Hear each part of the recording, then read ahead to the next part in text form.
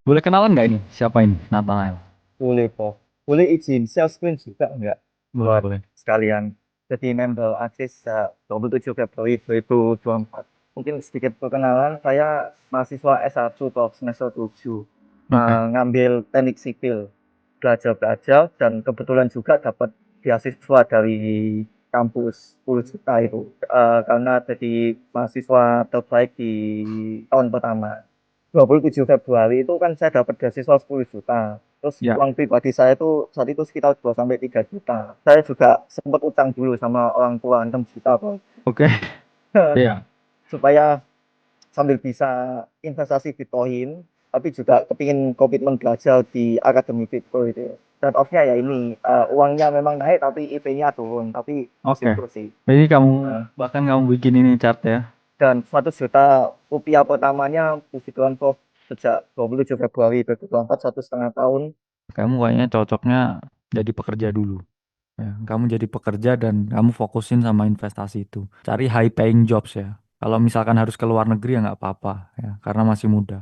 Ke luar negeri dapetin di sana penghasilan yang lebih oke, rotasiin investasi ya ke Bitcoin, ke aset-aset indeks ya, digital gold dan lain sebagainya dan keep on compounding ya, kembangin skill yang lain. Karena kamu kalau udah kerja ya mending investasinya sesuatu yang prudent, maksudnya nggak usah yang trading-tradingan cari-cari alpha gitu. Takutnya ya nanti kamu nggak fokus. Tanya lagi kok kalau boleh. Yes, Saran, karena kan saya kepingin pindah industri.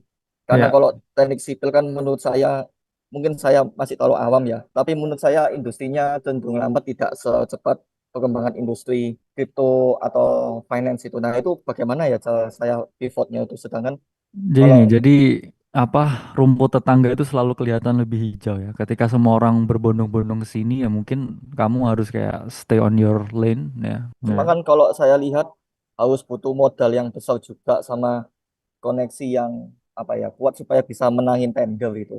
Jangan ya, kalau misalnya mulai dari awal itu kan cenderung ya susah makanya dulu sama kamu mulai apa ikut orang dulu, tingkatin pengalaman, terus nanti baru bisa sendiri.